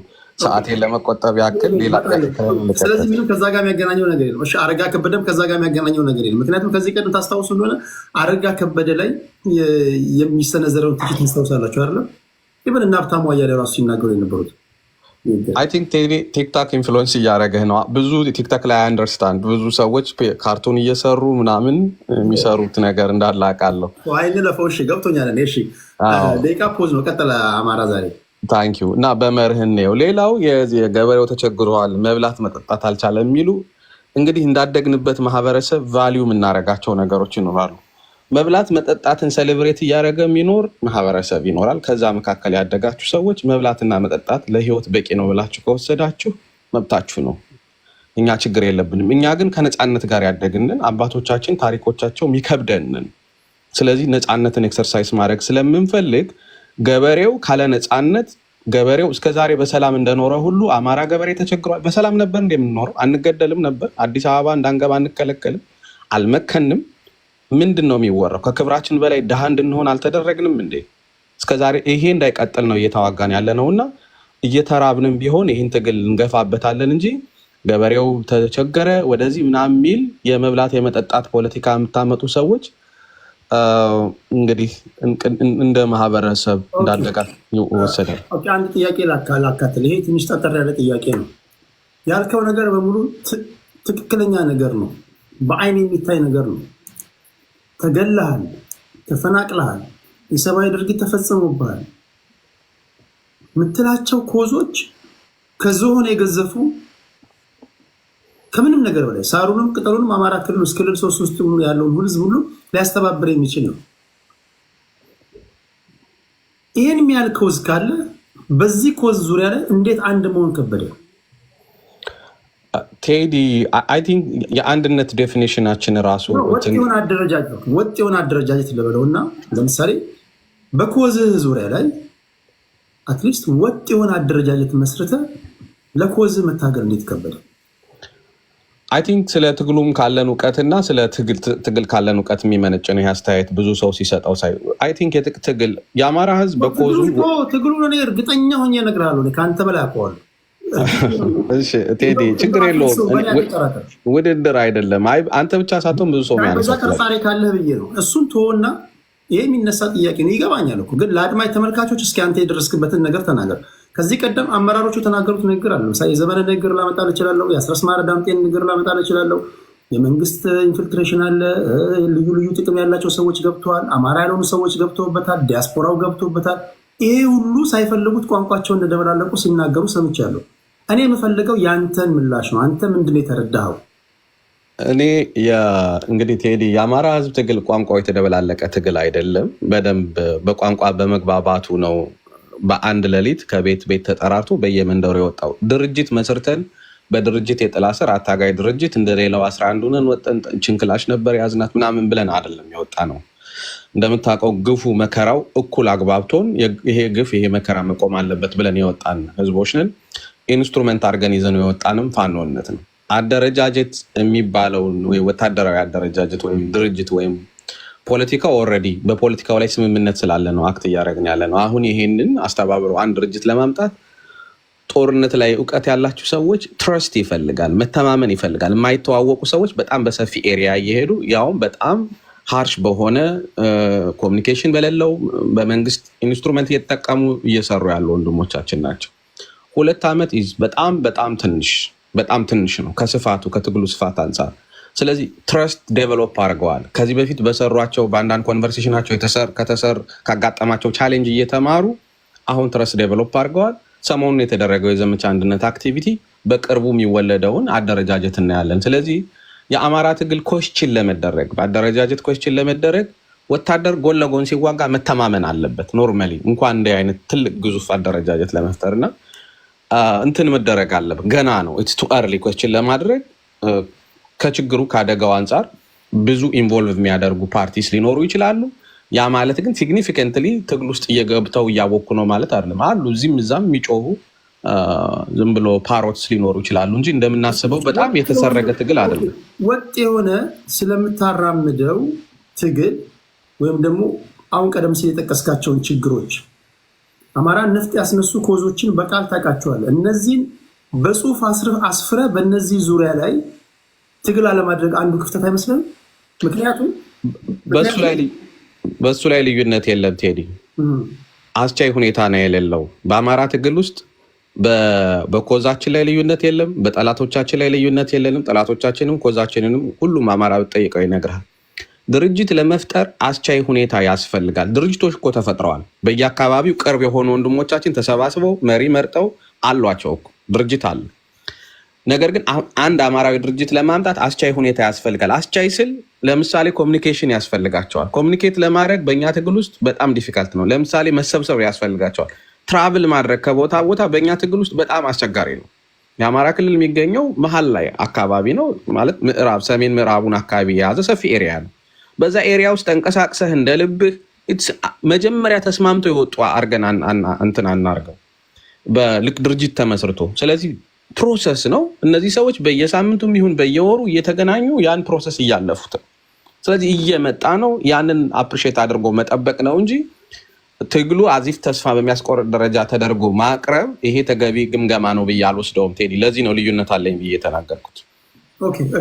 አማራ ዛሬ አልጨረስኩም፣ ሰዓቴ በሁለት በማለት ደቂቃ ስንትን ስላልኩ 2 ደቂቃ አልጨምርልሽ። ታንኪዩ። ሌላው ቅድም እንትን አብዛኛውን ነገር አድሬስ አድርጌያለሁ። ጥቂት ነገር ነው የምጨምረው። ቅድም ስለ አፋድ መፍረስ አልፈረሰም የሚል ዜና ሲነገር ነበረ። አፋድ ዛሬ ፈርሷል ስል ዝም ብዬ አይደለም ፈርሷል ያልኩት። አንደኛ የፈረሰው ከአማራ ሕዝብ ትግል ከቆምንበት ዓላማ አጌንስት ሂዶ ተደራድሮ ከድርድርም ደግሞ ክዶ የካደው አንድ ሰው ነበር የተደራደረው ብሎ እሱን አክኖሌጅ አድርጎ ያ ሰውዬ መነጋገሩን አክኖሌጅ አድርጎ አንድ ሰው ነው ብሎ መጣ። ከዛ በኋላ ሌሎች ድምፆች ደግሞ ቴዲ ሰምተህ ይመጣሉ። ሁለተኛ ድምፆች ሲወጡ ደግሞ ስምሪት ሲሰጥ ከጌታ አስራደ እና ሌሎች ጋራ ስምሪት ሲሰጥ በድርድሩ መቀጠል አለብን ብለው ሲወስኑ ሁለተኛ ድምፅ ወጥቷል። ስለዚህ በእኔ አመለካከት እንግዲህ ያኛው ሰው ከታገደ ይሄ አደረጃጀት ይታገዳል ሙሉ ለሙሉ በዛኛው መለኪያ። እነሱ መስፍንን አግተውታል። ከመስፍን በኋላ እነሱም ኢንቮልቭ ማድረጋቸው ስለተረጋገጠ የአፋድ አመራር ሙሉ ለሙሉ ሲዝ ተደርጓል። ጦሩም ተበትኖ ከ1400 አካባቢ ከጎንደር አካባቢ ወደ ሌላኛው አደረጃጀት ሂዷል። በተመሳሳይ ከኮሎኔል ሞሃቤ ስር የነበረው ጦር ዛሬ በሁለት ትልልቅ ክፍለ ጦሮች እንዲካተት ተደርጓል። ስለዚህ ጎንደር ላይ ሙሉ ለሙሉ አፋድ ፈርሷል። እንደዚሁም ወሎ ላይ ሙሉ ለሙሉ አፋድ ፈርሷል። የሚጠበቀው ሸዋ ላይ ነው። ሸዋ ላይም ከዚህ ከየአካባቢ ያሰባሰባቸው መቶ ሰዎች ነው እንጂ የቀሩት አብዛኛው አሁን በዚህ ሰዓት ራሱ ስብሰባ ላይ እንደሆኑ ነው መረጃ ያለውና አፋድ ፈርሷል። እንትን ማድረግ የምንፈልግ ሰው ዲፌንድ ማድረግ ውሃ አያነሳም። ነገ አፋድን ተከትሎ መሄድ የለም። እንደውም እኔ መጠንቀቅ ያለብን የአፋድ አመራሮች ተጠያቂነት ሊመጣ ይችላል፣ ግን ጉዳት እንዳይደርስባቸው ተገቢው የችሎት ቢያንስ የፍትህ የወታደራዊ ችሎት እድል እንዲያገኙ በሰላም እጃቸው የሚሰጡበትን መንገድ ቢያዩት ጥሩ ነው ብዬ አምናለሁኝ።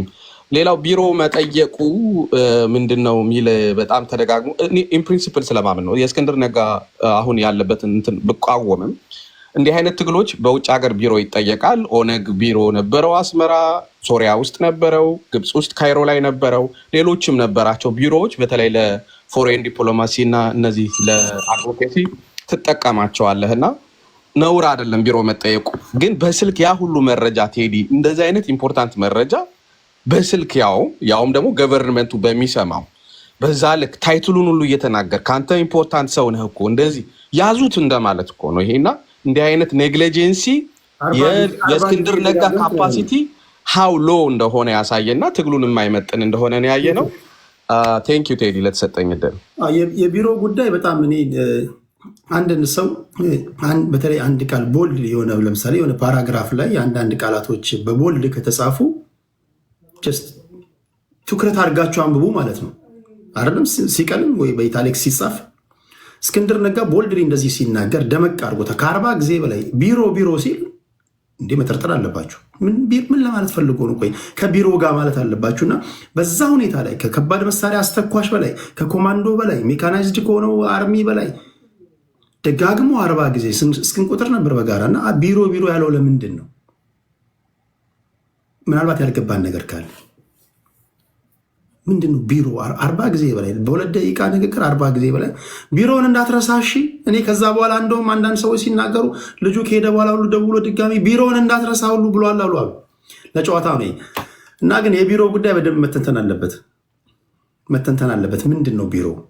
ምናልባትም ለዓለም አቀፉ ማህበረሰብ ይሄ ተተርጉሞ ይቀርባል። ኦብቪየስሊ እንደምታውቁት የሻዕቢያ መንግስት በዚህ ደረጃ ከፋኖች ጋር ተቀራርቦ እየሰራ ነው። ይሄው ቢሮ እስከ መክፈት ደርሷል። ወይም ደግሞ ለፌዴራሉ መንግስት የሻዕቢያ መንግስት ጋር እንዲተኩስ ደመቅ አድርጎ እየጮኸ እየተናገረ ነው። እስክንድር ነጋ ትግሉ ስለከበደው አንድ ቢሮ ይዞ ወደ ሚዲያ ስራ ሊመለስ ነው። ቢሮ እኔ ስላልገባኝ ነው። እና የገባችሁ ካላችሁ የራሳችሁን ሃይፖቴቲካል ስቴትመንት ነው የምታስቀምጡት፣ ሌላ ነገር የለውም። እና እሱን እናወራለን ለማለት ያለው። እሺ ሳሚያችን ወደ አንተ ልምጣ። 5 ደቂቃ አለው ወንድሜ። ኦኬ እሺ ቴዲ ቴንክ ዩ። አንዳንዴ ማለት እኔ ባይ ዘ ወይ የአማራ ትግልን ወይ ደግሞ የአማራ ፋኖ ትግል እንዳንቋሸውም እንዳማሙቀውም የምፈልግ አይነት ሰው አይደለም። ያው ህዝቡ የተበደለ ህዝብ እንደሆነ አውቃለሁ። ቅድም ቴቴ ብለዋል። ጀስት ኮዝ አለው፣ ምክንያታዊ የሆነ ትግል አለው። ወንድማችንም ያንን ምክንያታዊ እንደሆነ ነገርና ግን አስቻይ የሆነ ነገር የለም ይለናል መልሶ ደግሞ ማለት ምንድን ነው አስቻይ? እንዴት ነው እንዲያስቻይ የሚሆነው? ተሰባስበውስ መርጠውስ ቅድም እኮ ማነው ስሙ እስክንድር እኮ የተናገረው ነገር ነበረ። ተመርጧል፣ በድምፅ ተበልጧል፣ ግን መቀበል አልቻሉም ካለ አስቻይ ሁኔታዎች ተፈጥረዋል፣ ግን እድሉን አልተጠቀሙበትም። ምን ግልጽ እኮ ነው። እንደገና ደግሞ መልሶ ብልሽቱን አወጣው።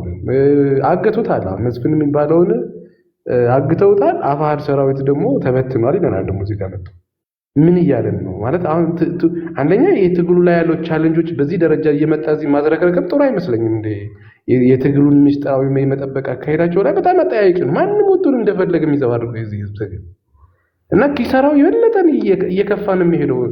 ድፍረቱ ደግሞ 11 ምናምን ነገር ብረት ይዞ ከተነሳው የትግራይ ህዝብ ትግል ጋር ለማነጻጸርም ዳዳውና ማፈር አለበት።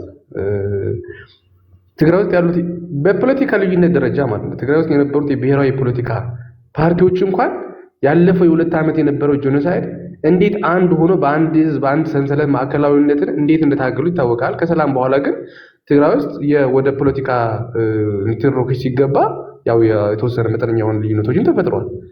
በረሃ ሆነ ሰራዊትን እያይዘዝ በሰራዊት በኮማንድ ተዋረዱን ጠብቀህ ለምታደርገው ትግል ግን አስቻይ ሁኔታዎች የሉም ማለት እኔ በጣም አንዳንድ ጊዜ የሚሰጡትን ትንታኔም ጭምር የዚህን ህዝብ መስዋዕትነትን በጣም እንዲከፋ እያደረጉት ነው። ትናንት ታስታውሳላችሁ የአረናው መሪ አብርሃ ደስታ እስከሚፈታበት ጊዜ ድረስ ህወሓት መከራውን ያሳየው ፖለቲከኛ ነበር። በየሶሻል ሚዲያው በየፌስቡክ ላይ ያላችሁ ልጆች ካላችሁ የአብርሃ ደስታ ንቅናቄ እንግዲህ በተለይ ኢህአዴግ ከመፈራረሱ በፊት ታስታውሳላችሁ። አብርሃ ደስታ ቀይ ጃኬት የሚያደርገው የአረና ፓርቲ መጨረሻ ላይ ግን ብልጽግናና ቲፒኤልኤፍ ሲዋጉ ምንድን ያለው? የመጨረሻው ቀን ሲመጣ እኔም ህወሓት ነኝ ያለው ታስታውሱ? የቁርጡ ቀን ሲመጣ እኔም ህወሓት ነኝ። እንግዲህ አብርሃ ደስታን ህወሓት በነፍሱ የተጫወተችበት ብዙ ጊዜ ደጋግማ ያሰረችው ሰው ነው። መከራውን ሲናገር የነበረ ሰው ነው። የመጨረሻው ላይ ግን አይ በህወሓት ላይ ከመጣማ እኔም ህወሓት ነኝ ብሎ ነው ቁጭ ያለው። እንኳን እርስ በርስ ሊታኮስ ቀጥለ ሳሚያችን ያ ዞሮ ምንድን ነው እኔ አንደኛ ቅድም ማለት የራስህን ማለት ችግሮችህን እያየ ሞር ወደ ራሳቸው ፎከስ ቢያደርጉ የሌሎች ድክመቶች ካሉ መማሪያ ቢያደርጉት የተሻለ የሚሆነው እንጂ እነሱም ተሳስተዋልና እኛም መሳሳት አይቶ ቅድምም ነካ አድርገዋል ቴዲ። አማራ ክልል ውስጥ እርስ በርስ አልተገዳደልም ብሎ ሽምጥጥ አደረገው። እስክንድር እንዴ ጀነራል አሳምነው ጽጌ ማን ነው እንደገደለው? አምባቸው ማን ነው እንደገደለው? እንዴት ነው እንደሞተው? እንዴት ነበረ? አሁን ላይ ያለው አማራ ክልል ውስጥ የሚኖረው የብልጽግና አመራር እንደ ጠላትም ቢቆጥሩት እየተገዳደሉ ነው እኮ። ያኛውም እኮ ጠላት ነው ብሎ ነው አንደኛውን የሚገድል የነበረውና የአንደኛው ከአንደኛው ጋር የነበረውን መገዳደል እንደው ለአንተ ለምታደርገው የራስ መገዳደልን እንደ ጀስቲፊኬሽን ማቅረብ በራሱ ነውር ነው። ይሄ ነገር የራስህን ትግል እንዲያጥርልህ ነው እኮ ማድረግ የሚገባህ። እንደገና ደግሞ በቀጣይ ኢትዮጵያ ውስጥ እንዲመጣ የምትፈልገው ለውጥ ካለ በራስ በክልል ውስጥ የምታደርገውን እንቅስቃሴ ደግሞ አንደኛ ወሳኝ ነው። ወሳኝ ተራ እንዳለው ደግሞ መገመት ያስፈልጋል። ወደ ኦሮሚያን ወደ ትግራይም ለመሻገር እቅድ ሊኖር ይችላል። ምክንያቱም 4 ኪሎ የተቀመጠውን መንግስት መጣ ለምትችለው ባህር ዳር ላይ በምታደርገው እንቅስቃሴ ብቻ ስላልሆነ ማለትና ይሄ የሚያደርጉትን ነገር በደንብ አድርጉ ቢያስቡበት የተሻለ ነው የሚሆነው።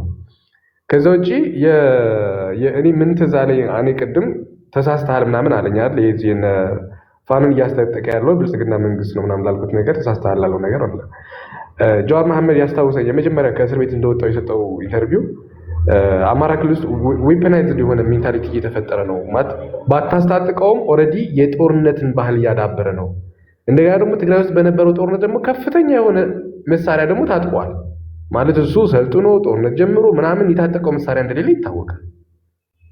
በትግራይ ውስጥ በነበረው ጦርነት እንደ ጥሩ እድል አጋጣሚ እንደ ጥሩ አጋጣሚ መሳሪያውንም የዋር ሜንታሊቲ የጦርነት አስተሳሰብም ጭምር እንዲያዳብር አድርጎታል። ያንን ተጠቀሙ። ፕሪቶሪያ ስምምነት ዛሬ እንደተፈረመ በነጋታው 4ቱ ግንባሮች መግለጫ ወጥተው ጦርነት እንጀምራለን ፕሪቶሪያ ስምምነቱን አንቀበልም ነው ያሉት።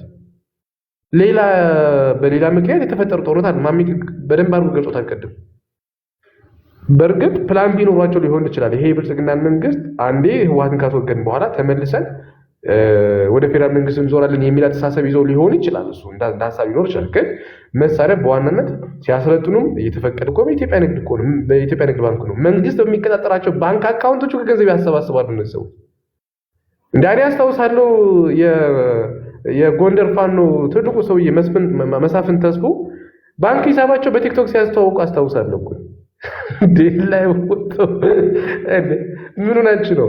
የነ ምሬ ወዳጅ ባንክ ሂሳብ እኮ ያለኝ አውቀዋለሁ። ባይዘው የሚሰባሰብበት በሶስት ሰው የተከፈተ አካውንት እንዴ! መንግስት ይሄን አካውንት ገንዘብ ከገባ በኋላ እንትን መውረስ አይችልም እንዴ? መንግስት ምን ይበቃል ለኪቲቢ ብሎ ፈቅዶታል ነው እያልኩ ያሉት። አማራ ክልል ያለውን ጦርነት ፈቅዶታል። ወደድክም ተቀበለው አትቀበለው አይመለከተኝም። እኔ አቁን ምነግርህ እና የተለየ አይነት ሜካኒዝም ያስፈልጋል። አማራ ክልል ያለውን ጦርነት ወይ የህዝቡ ትግል የተለየ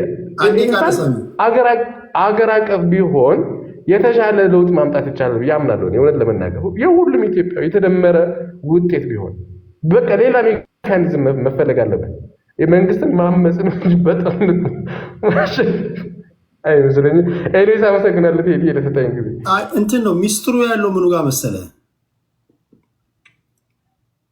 እነዚህ ኃይሎች ወደ ጥሞናቸው ከመጡ በጣም አደገኞች ናቸው። በጣም ኃይለኞች መሆናቸው ይታወቃል። ስለዚህ አንድ ኃይል ለምሳሌ እኔ መሪ ብሆን ፖለቲከኛ ብሆን የመጀመሪያው ታርጌቴ ያለህ ኳሊቲ ምንድን ነው? እኔ ልታሸንፈኝ የምትችልበት ኳሊቲ አያዋለሁ። ያን ሰልብብሃለሁ። ሶዛት እኔ ልትገዳደር አትችልም። በራስ ዛቢያ ልትሽከረከር ትችላለህ። አሳስሬ ግን ቁጭ አደርግሃለሁ። ያለህን ኃይል ግን አንተ ልታውቀው ይገባል። እንደ አይንህ ብሌን በመፍራትና በመንቀጥቀጥ ልጠብቀው ይገባል። አሁን ችግሩ ምን መሰለህ? አብዛኞቹ ያላቸውን ኃይል በእጃቸው ያላቸውን ፓወር አልገባቸውም። ታስታውሳለህ? ጀዋር መሐመድ የመጀመሪያ ጊዜ አሁንም ንግግሩ አለ። የዚህ ለውጥ ትልቁ ስኬታችን አማራ እንዲል ማድረጋችን ያሉ ሰምተህ አብይ አህመድን ወደ 4 ኪሎ ማስገባት አይደለም። በትክክል ይሄን ንግግር የዛሬ 3 ዓመት ተናግሬው እንትን መስሏቸዋል እነሱ እዛ ጋር ፖስተው ምናምን እንዴት እንዲያለ ምናምን ብለው ሲጠይቁኝ ነበር። ሁሉም ሚስጥር ያለው እዚህ ንግግር ላይ ነው ማይ ፍሬንድ።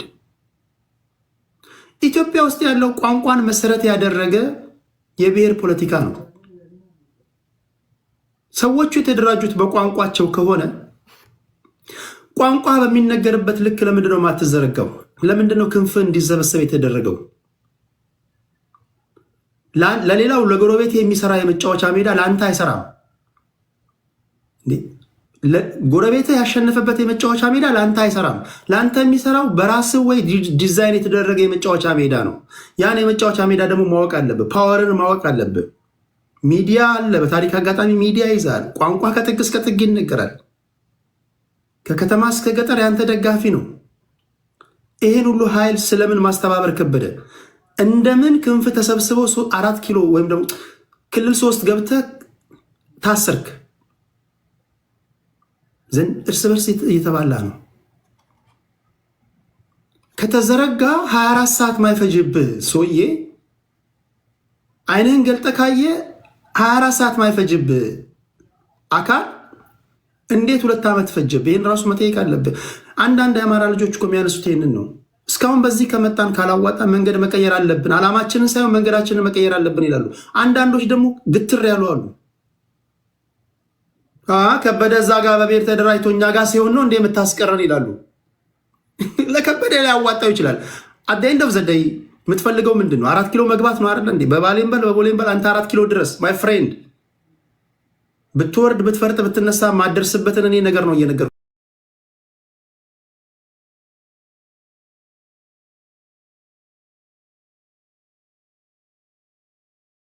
ያለሁት።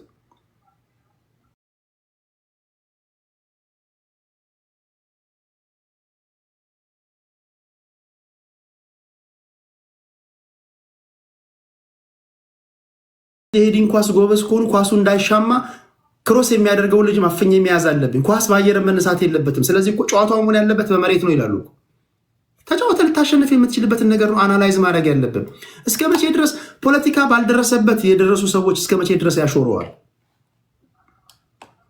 ለሚያውቁ የአማራ ልጆች፣ ለገባቸው የአማራ ልጆች መድረኩ መልቀቅ ካለብን መልቀቅ አለብን። አሁን ችግር የሆነው መሰለን ይሰድቧቸዋል አሉ ከአማራ ልጆች ግን ይሰደባሉ። የማታ ከ2ኛ ክፍል ያቋረጠው ሰውዬ መጥቶ እዚህ ጋር ዶክተሩን ይሳደባል፣ አዋቂውን ይሳደባል፣ ሙልጭ አድርጎ ይሳደባል። እነሱም አፍሩም ደግሞ የማታ ከ2ኛ ክፍል ያቋረጠውን ሰውዬ ከዶክተሮች ጋር ሊዋይ መድረክ ሼር ያደርጋሉ። አይሆንም፣ ወደ ውጤት አትሄድም። ስለዚህ የትግል የመጀመሪያው ነገር እኔ እንደዛ ይመስለኛል ለማለት ያለው ይህን እንተነትነዋለን፣ እንበልተዋለን። እስኪ ሳሚያችን ቴንኪዩ። ወደ አኪላ ለምጣ። በነገራችን ላይ ነገ አኪላ እና ዘራ ያዕቆብ ጋር ዩቲዩብ ላይ ቆይታ እናደርጋለን በወቅታዊ አማራ ትግል ዙሪያ ላይ አሳውቃቸዋለሁ። በቴሌግራም ጽፍላቸዋለሁ። ሌሎችም እንደዚህ በውስጥ ይጻፉልኛሉ። ከኦነግም አሉ ከብልጽግናም እንዲህ ተራ በተራ 2 3 እያደረግኩኝ ሞሼና አማራ ስትሮንግም ለምን ሳየው ዩቲዩብ ላይ የሚተነትኑ ሰዎች እኛ ብቻ ነን አዋቂ እያሉ ነው።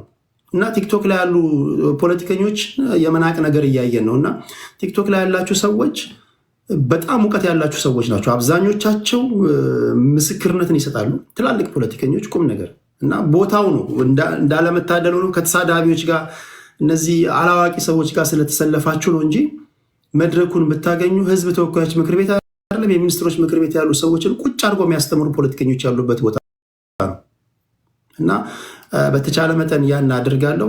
ስለሚናገሩት ንግግር በቂ እውቀት በቂ ግንዛቤ ያላቸውን ፖለቲከኞች እንደዚህ ሰፊ እድል እየሰጠው 1 ሰዓት ተኩል አንድ ሰዓት እያደረግኩኝ ስለሚያደርጉት ትግል ስላለው ነባራዊ ሁኔታ ፖለቲካ እንዲያወሩ አደርጋለሁ። ነገ አኪላና ዘራ ያዕቆብን ታደምጧቸዋላችሁ ለማለት ያለው። አኪላ እንኳን ደህና መጣ። 5 ደቂቃ አለ ወንድሜ። ሰላም ብያለሁ። እንኳን ደህና ቆየኸኝ። እንደው የሚቀጥለው እድል ካለ 2 ደቂቃ ከሚቀጥለው ላይ ልበደርና እንደዚህ ይላል። አሁን ሌት ስለሆነ የመጣው ይሄ የመጨረሻ ዙር ነው። ጨመር አድርጌ ልስጥ ስላላወራ 7 ደቂቃ ላድርገኝ። ኦኬ፣ አመሰግናለሁ። ሁላችሁንም ሰላም ብያለሁ። እስቅድም ያው ሲሰራ የነበረ ፕሮፓጋንዳ አለ። የደብረ ጽዮን ክሊክ የሆነው በአማራ ትግል ውስጥ ያለው የአማራ ቲዲኤፍ የምንለው ኃይል ልክ እንደ ደብረ ጽዮን ወደ መጨረሻ አካባቢ እጅ ስጥ ምታድነው ከተማ የለህም ምናምን እንደሚለው እዚህ በአፋድ በኩል ያለውን ኃይል ተበትኗል፣ 1400 እንደዚህ ሆኗል ምናምን የሚል አለና ስለ ድርድር ስለተነሳ ኤርትራውም ቅድም ያነሳትን አንተ ላለው ግን አሁን ከዚህ በኋላ አንድ ድምፅ ለአንድ ደቂቃ ላሰማና ሄኖክ ኪዳኔ ይባላል። በብሔሩ ግማሽ የትግራይ ሰው ግማሽ የአማራ ይመስለኛል። በአባቱ ትግሬ ነው። በወሎ የአማራ ፋኖ የምሬ ወዳጆ የሚመራ የፖለቲካ ዘርፍ ኃላፊ ነው። የሚለውን እንስማ። ድርድርን በፍጹም የሚፈልግ ኃይል አይደለም። ድርድርን አይፈልግም። የሚፈልገው ድርድር በተደጋጋሚ መሪዎቻችን ገልጸውታል። የሚመሩን ሰዎች መሪዎቻችን በተደጋጋሚ ገልጸውታል። ድርድርን የሚጠላ ማንም ሰው የለም። አሁን የብልጽግና መንግስት እየመራ ያለው ኃይል እና ቡድን ግን ድርድርን በፍጹም የሚፈልግ ኃይል አይደለም።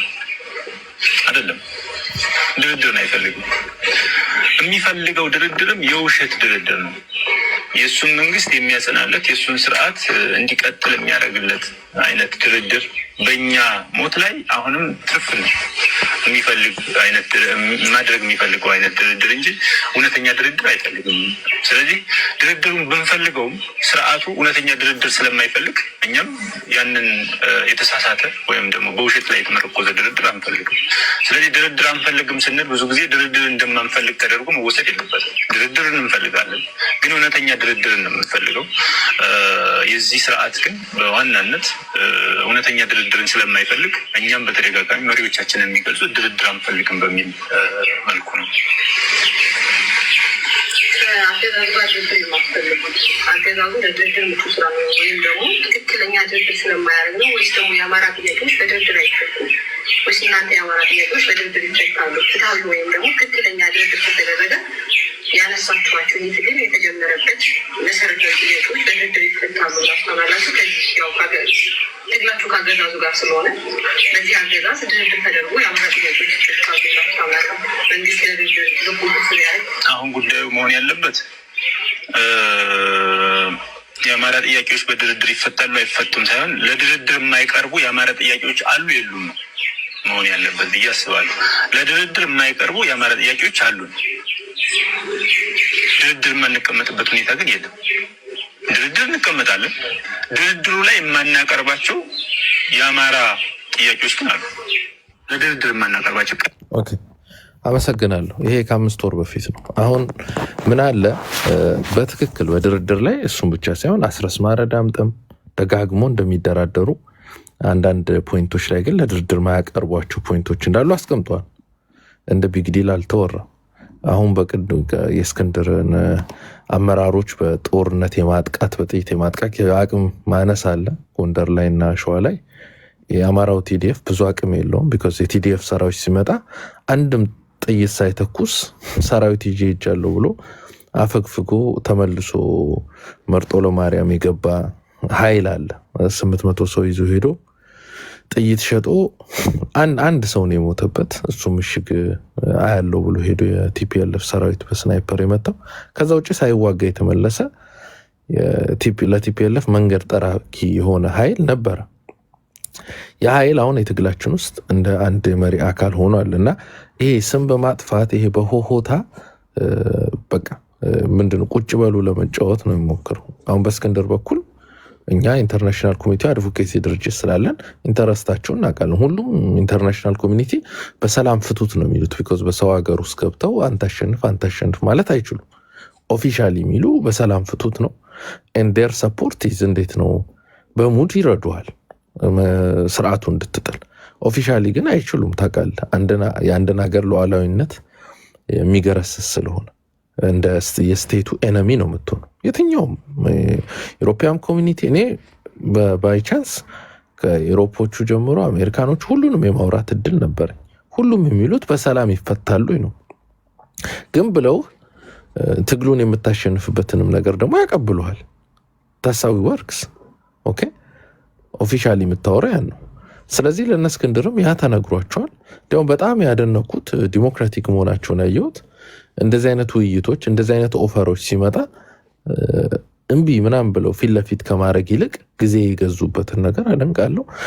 በዛ ላይም በኮሚቴ አዋቅረው በጉዳዩ ላይ ውይይት ተደርጎ ትክክለኛ ኮንሰንሰስ ከመሬት ጀምሮ ኃላፊነት ወስዶ አልደራደርም። ለምሳሌ አንተ ከላይ ሆነ አንደራደርም ብለህ ታች ያለው ሰራዊት ውድ የመደራደር ኢንተረስ ካለው ተንሳፈ ነው የምቀረው።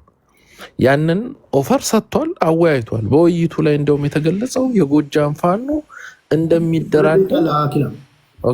እንደሚደራደር የመደራደር ኢንተረስት ሳይሆን እደራደራለሁ የሚለው መልስ ለነጮቹ እንደሰጠ ሁሉ እኮ እዛ ኦዲዮ ላይ ይሰማል። ስለዚህ በጋጋታ በሚዲያ ፕሮፓጋንዳ የሆነን ኃይል አሸማቆ የማውጣት እንቅስቃሴ የተለመደ ነው። ይሄ በአዴናዊ ኢህአዴግ አፕሮች ነው፣ ስም ማጥፋት። አሁን በቅርቡ የብርቱካንን አይተሃል። የውሸት ፕሮፓጋንዳ ተሰርቶ ምናምን ድራማ ሰርተው ማለት ነው። ገብቷል። ይሄ ቡድን መዓዛ መሐመድ ያሉበት ነው። ይሄ ቡድን ፒውርሊ በቃ ወያኔነቱን በደንብ ገልጾ ያወጣ ፌክ የሆነ ትክክለኛ የህዝብ በደል እያለ እንደዚህ አይነት ድራማ የሚሰራ ምናምን ነው። ስለዚህ የሚጠበቅ ነው። ስም በማጥፋት ምናምን የሚሸነፍ ኃይል የለም። ስፔሻሊ እኛ እስካለን ድረስ። እኛ ከሌለን ዝም ብለህ ቅድም እንዳልከው የሁለተኛ ክፍል ተማሪ ነድተህ ምናምን ጨዋታ ልትጫወት ትችላለህ። እኛ እስካለን ግን በ5 ደቂቃ እናፈርሰዋለን። በኤርትራ ጉዳይ ግን የእስክንድር ነጋ ያለው ቢሮ እንክፈት ያለው ኦፊሻል ሁለት ነገር ነው። ኦፊሻል ግንኙነት ለማድረግ ነው። ምክንያቱም ብዙ ጊዜ ትልልቅ ሀገራት ይፈራሉ። በሰው ሀገር ውስጥ ቅድም ያነሳሁት አይነት ገባህ እንዳይባሉ ስለሚፈሩ በኢትዮጵያ ውስጥ ብርጌድ ንሓመዱ ቢሮ ከፍቷል። ስለዚህ ቢሮ መክፈቱ አንደኛው ኤርትራን ቶታሊ አሁን ካለው ከኢትዮጵያ መንግስት ጋር ያቃቅራታል። ኦኬ which is good። ይሄ እኮ አንድ ፒውር ፖለቲክስ ነው። ኤርትራ ጥይት ከምትረዳን ምን ከምትለን ይልቅ እሷን እጇን ጎትቶ እዚህ ጦርነት ውስጥ መክተት ከብልጽግና ጋር አዋጪ ነው። ያቱን ከምትሰጠ ራሷ በሙሉ አቅም እንድትገባ የሚያደርግ ማኑ ማስነካቱ ትልቅ ስራ ነው። ስለዚህ እስክንድር የሄደበት አፕሮች አይጌስ ኤርትራ እንደ ሀገር ማኑ ማስነካት ይመስለኛል። ከቱም if it is official አገሪቷ በሙሉ አቅሟ ትገባለች። which is ፋኖ ከዚህ ኃይል ጋር ተቀናጅቶ ስለዚህ ማኑ ያስነካው ለብልጽግና ፌቨር እየሰራ ነው ወይስ አይ ነው? እንዴት ብልጽግናማ ኤርትራ ወደ ጦርነት ገባች ማለት ለብልጽግና ምኑን ፌቨር ነው? አደጋ ነው እንጂ ማኑ ያስነካው ለማን ነው?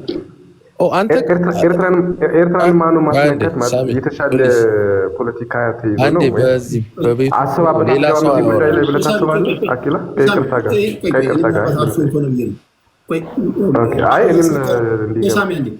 ማኑ እያስነካ ነው ስትል ስላልገባኝ ነው። ባይዘዌ እስክንድር ቀዳለው ብሎ አይደለም ያን ያደረገው፣ ያስታውቃል። ለመቀዳት ሬዲ የሆነ ውይይትና እንዳልሆነ ያስታውቃል። ኖርማል ራንደም ውይይት ባይዘዌ ይሄን የሚቀዱት በአጋጣሚዎች ነው የሚከሰተው። ቢኮዝ ይሄ ከቴሌ ታወሩ ዙሪያ ላይ ስለሚቀዳ ማለት ነው። ጂኦግራፊካል ሎኬሽኑን ቼክ እያደረጉ ብዙ ጊዜ የሚደረገው በአጃቢዎቻቸው ስልክ ምናምን ነው የሚጠቀሙት። ብዙ ኮሚኒኬሽን አድርገዋል። ከዚህ ውስጥ መንግስት እጅ እንደዚህ አይነት ወድቋል። በዚህ ውስጥ ለምሳሌ ኤሪትሪያ ወደ ኢትዮጵያ ውስጥ ወዳለው ቫዮለንስ ውስጥ እጇን ከተተች ማለት ጉዳቱ ለብልጽግና እንጂ ለፋኖ አይደለም። ፋኖማ በትግሉ ላይ ሌላ አድኦን አገኘ፣ እንዲሁም ስትራቴጂክ አጋር አገኘ ማለት ነው። የ4 ኪሎ መንግስት ለኤርትራ ስጋት ከሆነ ኤሪትሪያ ልክ ህወሓትን ታንክ ሰጣ ወደ አዲስ አበባ እስከ ወለጋ ድረስ ያለውን ኃይል እየደመሰሰች እንዳስገባችሁ እድል ትሰጣለች ማለት ነው። ኦኬ ሁላችንም ቴዲ አንድ 30 ሰከንድ ብቻ አኪላን ሀሳብ 30 ሰከንድ ነው የምፈልገው ብቻ 30 ሰከንድ። እሱ መመለሱ ስለማይቀር አይመልስልኝ፣ ግን ሀሳብ ይዞ ይሄድና ምናልባት እዚህም ለሚያየው 1.1200 ሰው መጨረሻ ላይ ስለመጣ መደምደሚያ አድርጎ ነው እሱ አድቫንቴጅ ነው የያዘው። ስለዚህ አንድ 30 ሰከንድ ስጠኝና መመለስ አይጠበቅም፣ በሀሳቡ ላይ ብቻ ልሂድ። 30 ሰከንድ ምንድነው? እንደዚህ ላድርግላችሁ። ነገ ለአኪላና ለዘራ ያዕቆብ ነው ያስኩት። አኪላና ዘራ ያዕቆብ ሞሼ ዳያንን አስገብቼ የራሱን ሀሳብ ለሶስት ለማውራት ኮንፈርተብል ናቸው? አይደለም እኔ ያላውቀው ማለት የሚታወቅ ልጅ ቢሆን በቪዲዮ ሳይሆን ኖርማሊ እንደዚህ ዩቲዩብ ላይ የሚቀመጥ ነው። እዚህ ቲክቶክ ላይ ከማንም ሰው ልታወራ ትችላለህ። እኔ አሁን አቅም አላቸው ብዬ ከማስባቸው ልጆች ውስጥ አይደለም። ሊትራሊ ሲያወራ እንኳን ሰምቼው አላውቅም። ሊኖረው ይችላል። እኔ አላውቀውም። ሶሪ ወንድም አለ እኔ አላውቅም ስለማላውቅ ነው። ገብቷል። አሁን እዚህ ሬፑቴሽን ያላቸው ሰዎች አሉ። አያናን ነገ ብትጠራው አውድላፍቶ ችግር የለብኝም። እኔ ግን አላውቀውም። ዛሬ ነው ፈርስት ታይም ነው። ጥያቄው ሞሼ ያቀርበለትና አኪላ ይዞት የሚቀጥለው ነገር የ30 ሰከንድ ጥያቄ ከሆነ በ30 ሰከንድ መልስ። ጥያቄ አሁን ጥያቄው ይቅርና ማለት ነው። እኔም አኪላም የትምህርት ባክግራውንዳችንን ይዘን ከፖለቲካ ካለን ግንኙነት ቴዲ በቅርበት ስለነገርኩ ስለምታው ፊት ለፊት ከአኪላ ጋር ነው እንደምፈልገው ካሁን በኋላ ቀጥታ ሁለታችሁም የጎንደር ልጆች ናቸው እኮ ምን ችግር አለው? እኔ አዲስ አበባ ልጅ ነው። ኤኒዌይስ አይ ችግር የለውም ወንድሜ። ብዙ ሬፑቴሽን ቢውልድ ካደረግክ በኋላ ለመወያየት እሞክራለሁ። ካልሆነ እኛ ቤት በየቀኑ ቤቶች አሉ። መተህ ኤኒታይም ዩር ኢንቫይትድ መወያየት እንችላለን። ችግር የለውም እኮ ለመወያየት እድል ላግኝና ሌው አውርተናል። እኔ እናንተ አላውቅህም ወንድሜ ብዙ እኔ አላውቅህም። ችግር ነው። አሁን ገና ወደ እንትን እየገባ የአጋጣሚ ጉዳይ ነው ገባ እንጂ የተቀረው ህዝብ ሞሼ በደንብ ያውቀዋል። እዚህ ያውቀዋል። እኔ አጋጣሚ አላውቅህም ስላላየ ነው እንጂ እንትን በነገራችሁ ላይ እና አኪላ እና ዘራ ያዕቆብ በጣም በዲሲፕሊን እንደዚህ አይታቻችሁ አታውቅም። እንደዚህ አይደለም ፐርሰናል ስድድቡስ ምናምን በራሳቸው መስመር ላይ የሚሄዱ ናቸው። የአጋጣሚ የሆኑ ስላላየ ሆኑ እንጂ ሞሼም እንደዚሁ ሂድን ጄምስ ምንም ችግር የለብኝም። ግን አላውቅህም። አድዋን ዌስት ማይ ታይም። አሁን ደግሞ ቬሪ ኢገር ለመስማት ጥያቄን ተውኩት። ሌላ ጊዜ ቴዲ ቤት ሳወራ ስማኝና ቀጠሮ ስጠኝ። እሱን ነው የምፈልገው። ጥያቄን ትቼዋለሁ። እያለን እያነጠረን ፊልተር እያደረግኩኝ ምናምን ሀሳብ ሰፋ ያለ ጊዜ ለመስጠትም ስለምሞክር 2-3 እየሆንን በዩቲዩብ ላይ ቪዲዮችን እያሰናዳን በዛ ዙሪያ ላይ አናሊሲስ እንሰጣለን እና ሶዛት ረጅም ጊዜ ታገኛላችሁ ለመናገር። አሁን 8 ደቂቃ ሳይሆን ቢያንስ 1 ሰዓት ተኩል ብንቆይ በትንሹ አንድ ሰው 30 ደቂቃ 40 ደቂቃ የማውራት ጊዜ ይኖራል። ባይሆን ቴዲ አንዴ የኤርትራው ጉዳይ ላይ ፕሊስ 1 ደቂቃ ላስቸግርና ፋይናላይዝ ላድርገው። ሉክ ተደራደረ የሚሉን እስክንድር ከኤርትራ ጋር ሆኖ አየር ኃይል እና ኮማንዶ አሰልጥኖ ተተኳሽ ሁሉ እየለመነ ወይም እዛ ጋር አሬንጅ እያደረገ እዛ ላይ የሚያወራውን ሰምተህ ከሆነ ከኤርትራ ካለ ጀነራል ጋር ዲል አድርገው ቢሮ ለመክፈት ኦኬ ግሪን ላይት ስላገኙ ኦልሬዲ ኮሚኒኬሽኑን ሁሉንም ነገር ጨርሷል። የዲፕሎማቲክ ሪሌሽንሽፑን ጨርሷል። እደራደራለሁ ያለ ሰው መቼም ኤርትራ ሄዶ ምንድን አይነት ነገር ሊሰራ አይችልም። ኤርትራ ደግሞ በአክሽን ነው በስልክ በምን ሊቀዳ ፈልጎ እንዳለን በአክሽን ሰውየው ሱዳን እንዳለ ሁሉ ተገልጿል እዛ ላይ። ስለዚህ እደራደራለሁ አለ ብለው የሚያወሩ ሰዎች ራሳቸው ቅድም ያሰማው ድምፅ አለ መደራደር የሚፈልጉ ያሉ ሰዎች በሚያስቅ ሁኔታ ጠዋት ላይ እደራደራለሁ እስክንድር አለ ሄዱና ምሳ ሰዓት ላይ እስክንድር ኤሪትሪያ ቢሮ ከፍቶ በኤሪትራ ጋር ተጠናክሮ የኢትዮጵያ መንግስት ከሻቢያ ጋር ሊወጋ ነው ደግሞ ብሎ ያወሩሃል። ገብቷል። እና ይሄ በደንብ መታየት አለበት። በደንብ እናወራለን። እንደዚህ አሁን 8 ምናምን ሆነን ሳይሆን 6 ምናምን ሆነን በደንብ ማውራት እንድንችል እንደዛ አደርጋለሁ። በጣም ከልብ ነው የማመሰግነው። በጣም ነው የማከብራችሁ። ቴዲ እንደውም የመጨረሻ አንድ ደቂቃ ተሰጠኝ። እናንተ ደግሞ እሺ በሉ። ለመሰናበት ብዬ ነበር የጠበቅኩት ግን ያው መጨረሻ በሰጠኝ አንድ ደቂቃ። ለመሰናበት ጤና ይስጥልኝ ነው የምትለው እኮ በቃ። ከልብ አመሰግናለሁ ስለመጣችሁ። መልካም ጊዜ እንገናኛለን። እሺ ቴዲ